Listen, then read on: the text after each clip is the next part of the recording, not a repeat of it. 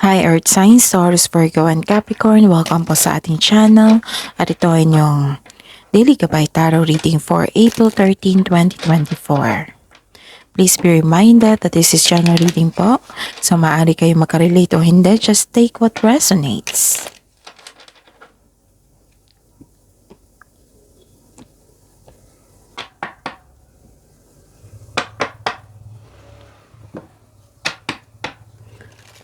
Gamitin ang reading na ito bilang gabay lamang. Balik po kayo dito bukas para sa ating Daily Gabay Tarot reading. Please like, subscribe, and click the button for notification para updated po kayo sa daily tarot reading natin.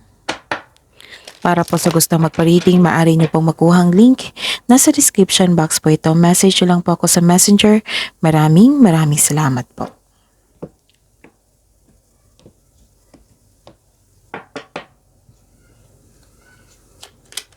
Spirits Guide, magaganap po para po kay Taurus, Virgo, and Capricorn ngayong April 13, 2024.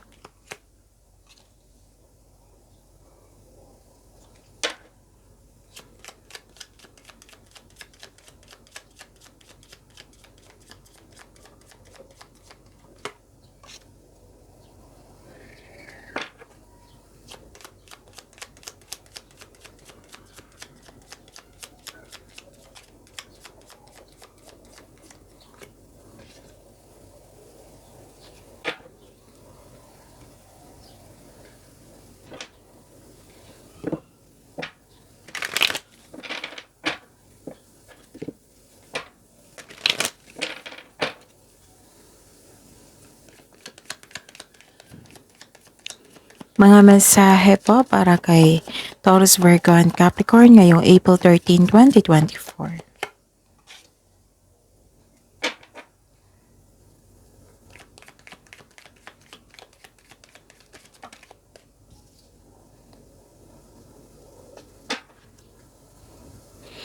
Okay, Taurus, Virgo, and Capricorn. May nakita ko dito na nasaktan kayo, nagkaroon ng argument. Nasaktan kayo, nagalit kayo, nagkaroon ng argument. May obstacle, challenges na naganap, may delay po na naganap. Tapos may nakita ko dito na may hawak kayong document or libro, nag-aaral kayo or nagsaliksik kayo para may malaman kayong katotohanan. Pwede din na para may makuha kayong learnings, para magkaroon ng knowledge. Tapos may nakita ko dito na may nalaman kayong sekreto kaya kayo nagalit. So, ang mensahe po dito is all is possible and savor your life. May dito, gagawa kayo ng desisyon, may dumating na choices and opportunity, tapos gagawa kayo ng desisyon, tapos ang sabi dito, choosing your path All is possible, lahat possible, lahat ng binigay na pagkakataon or choices, all is possible po, ang sabi po dito. Spirits Guide, ano po ang energy ni Taurus, Virgo, and Capricorn ngayong April 13, 2024?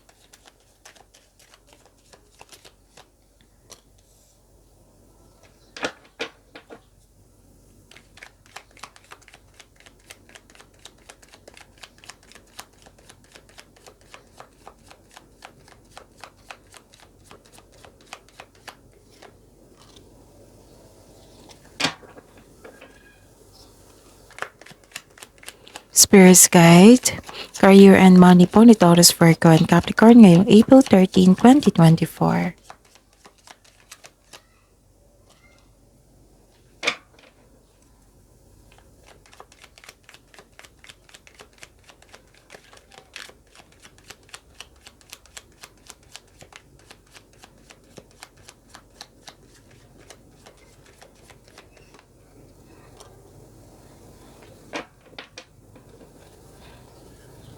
Spirits Guide, Love Life, Self-Love, Partnership, and Romance ni Taurus, Virgo, and Capricorn ngayong April 13, 2024.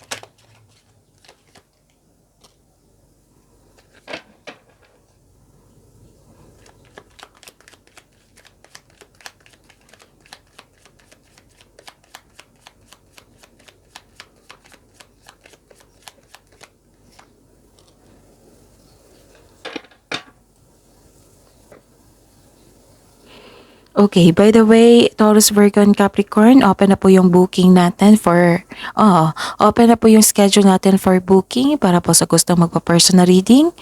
I-check nyo yung video ngayon. May sa baba niyan, may description box, may link nakapost. I-click nyo yan and message me sa messenger for, for inquiry and for booking. Maraming salamat po. Okay. May nakita ko ditong bagong, new beginning. Pero,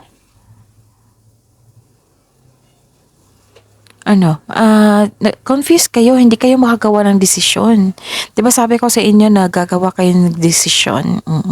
Hindi confused kayo, hindi kayo makagawa ng desisyon kasi nagkaroon ng maraming balakid. Gusto mong lumaban pero napaghinaan ng loob. Ilan sa inyo ay mas pinapaniwalaan mo ang mga bagay na hindi totoo? May nakita ko dito na ma-pride na tao o di kayo kalaban ng sarili. Maring ka, ikaw ito or kasamahan mo. May nakita rin ako dito na hindi nakikinig sa inyong payo. Okay? So, ayun. This is power and authority. Gusto niyong masunod ang inyong gusto. Pero ano kayo ha? Mapagmahal at marunong sa buhay. Marami na kayo napagdaanan na hirap sa buhay bago naging successful. Okay? Okay. So, ayun. Nagkaroon ng change career dito. Oo. Nakikita ko dito na may change career or nag-move kayo sa isang lokasyon. Nagkaroon ng relocation, transformation. Yes, pwede.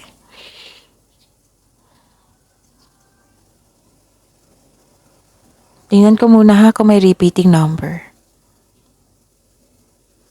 Okay, meron. So, saglit lang po. Okay. You are moving forward, embarking on a healing journey. Nagkaroon ng pagbalanse at harmony. May plano kang mag-resign para subukan ng ibang career opportunities. May parating po na kayong pera. Magkakaroon ng financial stability. May paglalakbay, pagpaalam, or posibleng may di ka nais na imbitasyon o pangyayari pero kailangan So, relocation, travel sa ibang lugar, lipat work, lipat bahay, bakasyon. Marami kang dalang hinanakit. Naghahanap po kayo ng solusyon. Kaya be patient, papunta ka na sa paroroonan mo. You are walking away from toxic environment, toxic person. Mismo ikaw yung lumayo para magkaroon ng healing. Pwede din magbakasyon kayo ngayon. Nagkaroon ng travel. Okay, may offer dito. May nakita kong offer para sa inyo. So, this is may parating na opportunity. Your finances are improving also and you are becoming more confident sa inyong trabaho ngayon. May matanggap kayong mensahe po galing sa isang unexpected sources. Pwedeng itong galing sa isang tao na mas bata pa sa inyo. Yes, this is good news. So sa love life, self-love, partnership, and romance. Okay. Sa love life, self-love, partnership, and romance, may ganap na conflict. This card tells you to speak up for your needs and be willing to hear your partner's side also. May kinakaharap kayong challenges pero ma-overcome niyo po ito. Sa mga single dito, huwag kayong matako sa difficulties in love. Put a clear intention. Okay?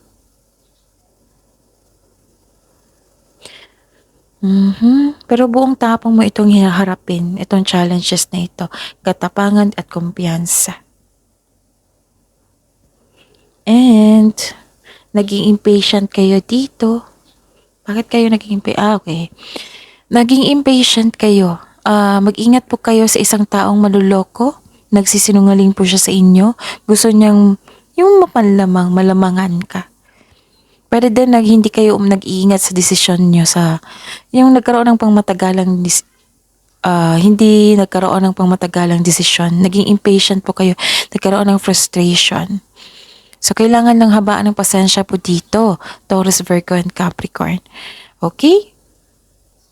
So, this is also 7-7 spiritual message sa inyo na it signifies resilience. Itong mga pagsubok na ito. 'Di ba sabi ko sa inyo na tinanggap mo itong challenge na ito. Tapos, sabi naman dito na you are on the right path. Yes, it signifies resilience kasi. So, ayun. Taurus, Virgo, and Capricorn. Kaya mo yan.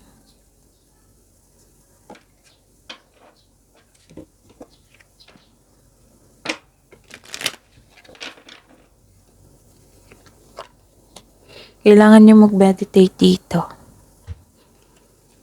Kasi naging impatient kayo, nagkaroon ng frustration. Kailangan nyo po daw mag-meditate. So, nagkaroon ng boundaries, parang hindi kayo nag-uusap ngayon kasi nagkaroon ng conflict. Pwede din humingi ka ng space. Ganun.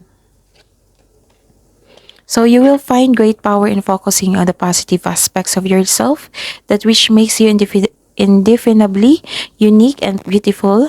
There is deep wells of untapped inner power in letting go of negative self-talk.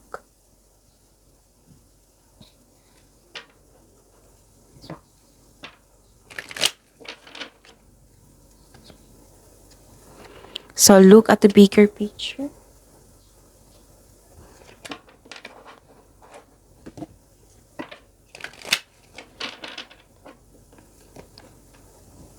And clear your space. Sabi pa ni Archangel Jophiel, get rid of clutter. Clear the energy around you. So that is your reading for today. Taurus, Virgo, and Capricorn for April 13, 2024. Please like, subscribe, and click bell button for notification para updated po kayo sa daily tarot reading natin. Maraming salamat po.